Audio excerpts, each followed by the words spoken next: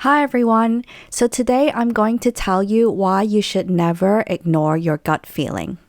So each personality type has 4 cognitive functions, and the function at the lowest position, the fourth function, is often what we feel is our gut feeling.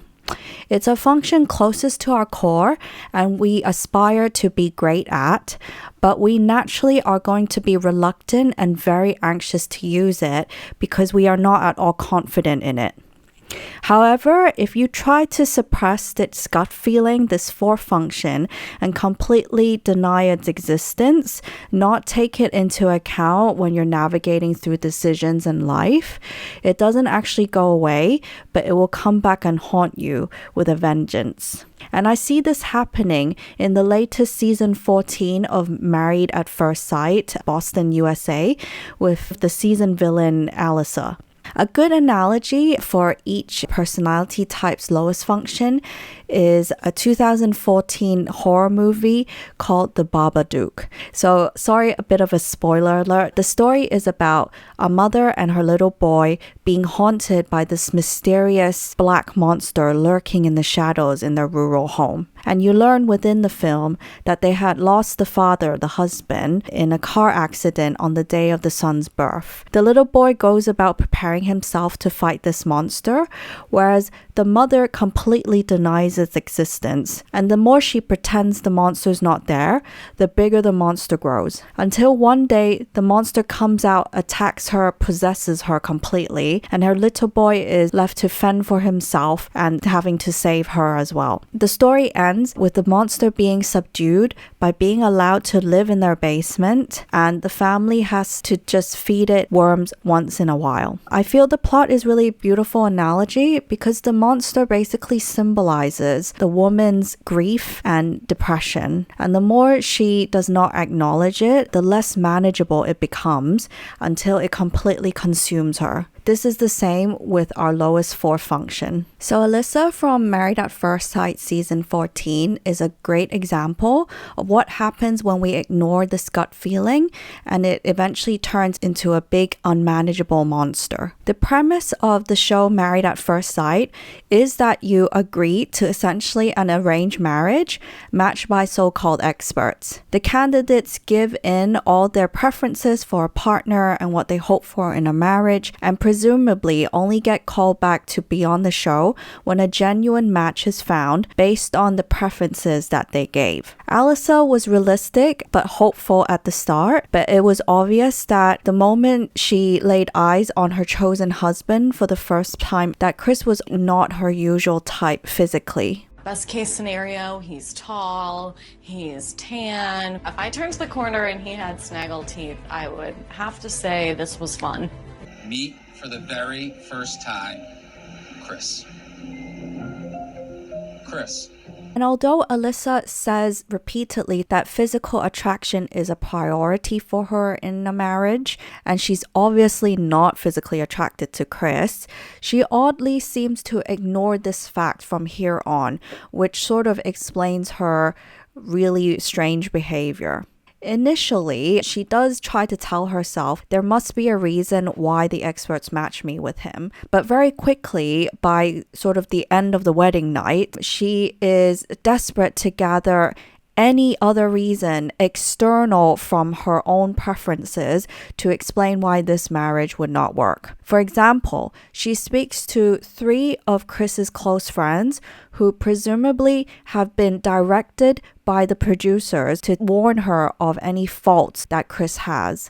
But without even experiencing these faults of his for herself, she immediately and happily takes their word for it and also exaggerates the severity of these faults in her head to paint Chris as some bad character. And this is all to justify her dislike of him and why she thinks this marriage is a no-go, without putting herself out there in terms of admitting that it is all to do with her own personal preferences and her ideal physical type.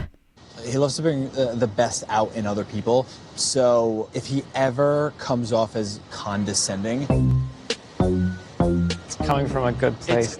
I hate people who are pushy and come off condescending.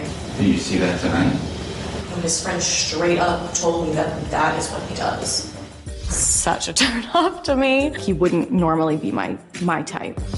So at this point, so early on, she's already formed quite a strong opinion and expressed that about Chris to other people, namely the producers. And you'd think that her mind is pretty set in terms of her not wanting to go through with this arranged marriage. And you would think that if she was so honest and strongly opinion with the producers about what kind of person she thinks Chris is, then she'd be able to be quite straight up with Chris himself and say, this is not going to work, I'm sorry, I'm out. But when the producers then force her to confront the situation with Chris and tell him what's going on, she point blank refuses to mention any of the above, just from here on out keeps procrastinating and delaying the inevitable, which makes her seem very inauthentic. I do not see one characteristic in him in what I asked for. You talk to Chris. He has no idea what's happening. So I just want to say I'm sorry for making you sit here. It's okay. I had a feeling something was going on. I was just trying to get my thoughts together and figure out like what was best to say. I think what's best for right now is get some sleep. It's been a super long day. And from here on out in the show, she looks like a complete fool, even crazy at times, because she would just not admit to her true feelings, the truth of the situation, which is that Chris is just not her type. And that is essentially her gut feeling. It's what's telling her that this marriage is a no-go. But instead of being authentic and true to herself, she grabs onto any other external reasonable, rational, observable idea to justify her dislike for him. The funny thing is, her other biggest fear is she would look like a bad person if she admits to the truth that he is just not her type. And actually, the fact that she keeps avoiding saying that is what's making her look worse and worse, because she just looks so fake and she didn't come in the show for the right reasons. Because, like, I went and saw a psychic.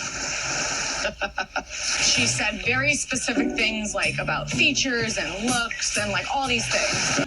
And, you know, one of the other big things is he posted on his Instagram about, like, defunding the police. And, like, you know the high regard that I have for first responders. You're literally my best friend. And you're literally a police officer. It's when I started like hearing his friends tell me things and like things from his family. And I think that was like when I first started to be like, oh my God, why sharing this apartment isn't ideal for me. Number one, we both have 2 big dogs. Number 2, I'm allergic to dogs, which I'm not sure if you know that or not.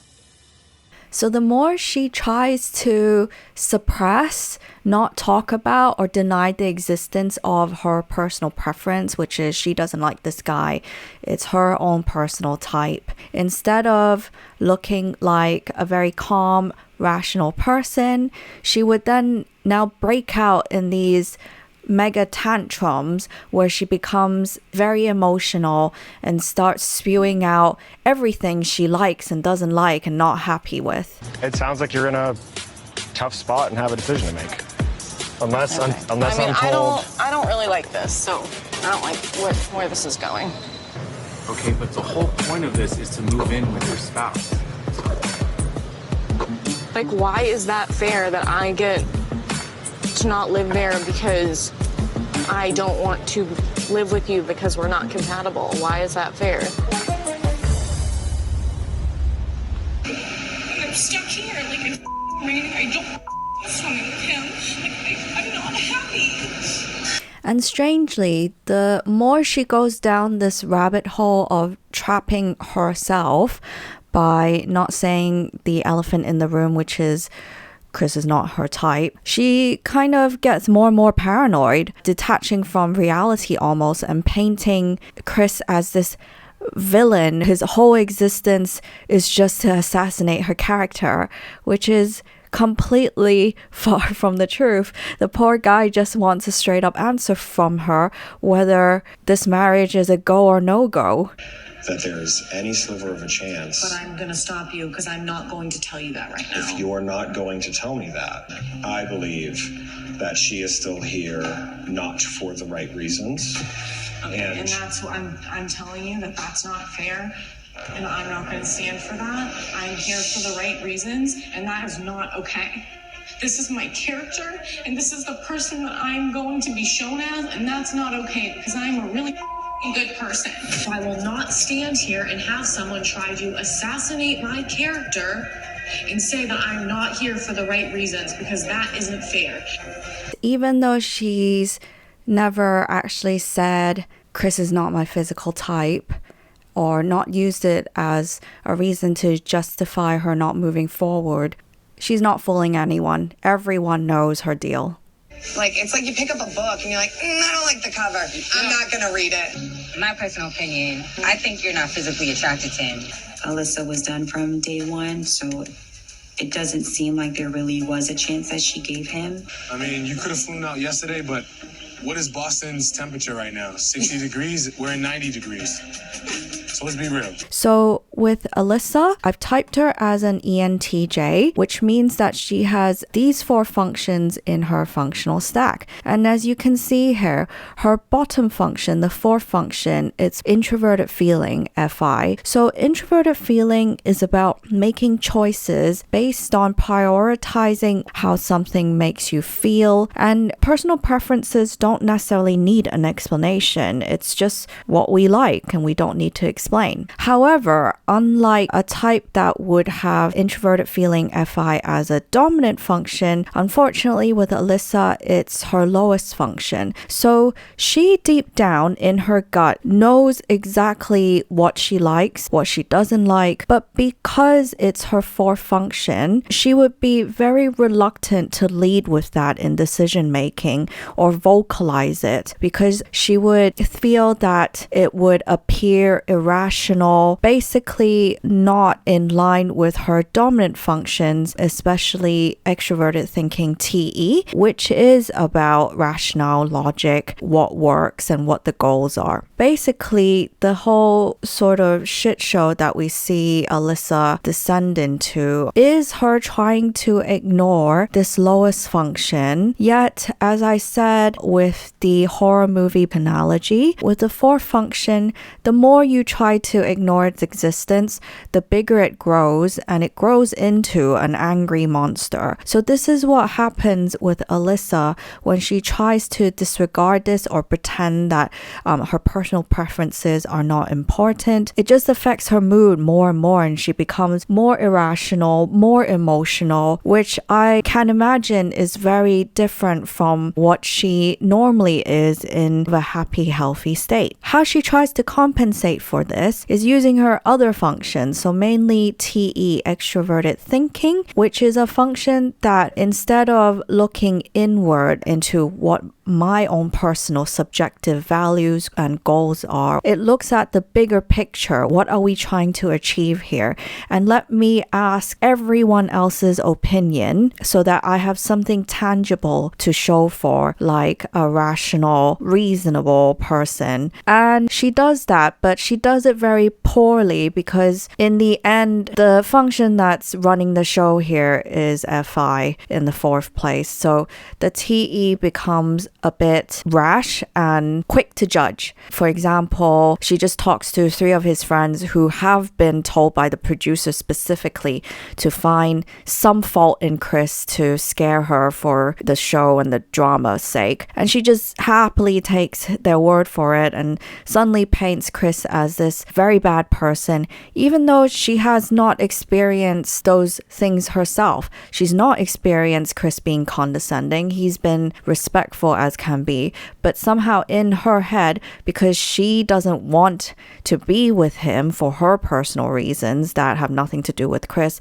but she doesn't want to lead with that, she grabs any reason on the external, oh, his friend said this, or he posted this on Instagram, and then projects a completely paranoid conclusion and outcome using introverted intuition in the second slot. Oh, Chris is pushing me for an answer and saying that maybe I'm not in this for the right reasons. He's actually out there to get me. He's out there to assassinate my character. Just really pessimistic, far-fetched conclusions about Chris's intentions, which is what NI in the second slot would do when it's under stress. With extroverted sensing in the third slot, it automatically means that her blind spot is introverted sensing SI. And what introverted sensing essentially does, it is very confident only in what itself has experienced. And you can see this as her blind spot because she's not actually experienced any bad things from Chris. It's all projection,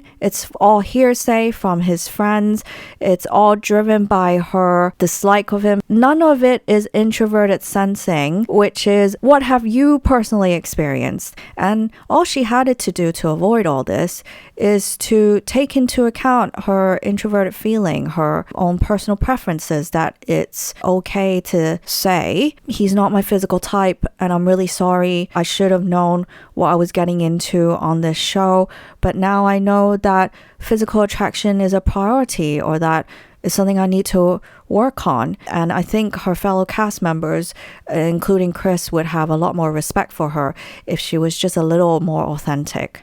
With SE users, extroverted sensing in the third slot, they like to experience new things for fun and for relief. And so I feel that might be an explanation as well as to why she's sticking around on the show, because she doesn't want to miss out the experience. She's enjoying herself otherwise. She's managed to avoid Chris as much as she can. She's enjoying her holiday. She's enjoying making new friends. So there's a lot else to gain, I guess. Just as a side point, Chris is an ISTP, and as you can see, it's quite a shame, and I could see why the relationship experts have matched them, because they're actually quite compatible if she could overlook his physical appearance. He's got introverted thinking TI, which is complementary to her extroverted thinking TE. Also the FE to her FI. Again, complementary opposing functions, and they have similarities where they share extroverted sensing SE. They've also got introverted intuition NI, and it's a shame that she couldn't overlook her initial distaste for his physical appearance. So thank you for watching, and if you found this content helpful, be sure to like and subscribe to my channel for more videos in the future.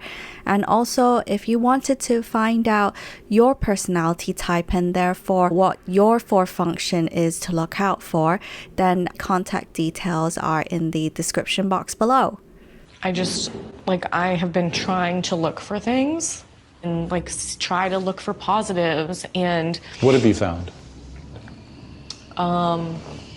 Have you brought any of those up to me in your opinion and asked me whether or not I'd be willing to change any of those things? There's definitely things that, we've talked about and been brought up on differences and things like that. Like what?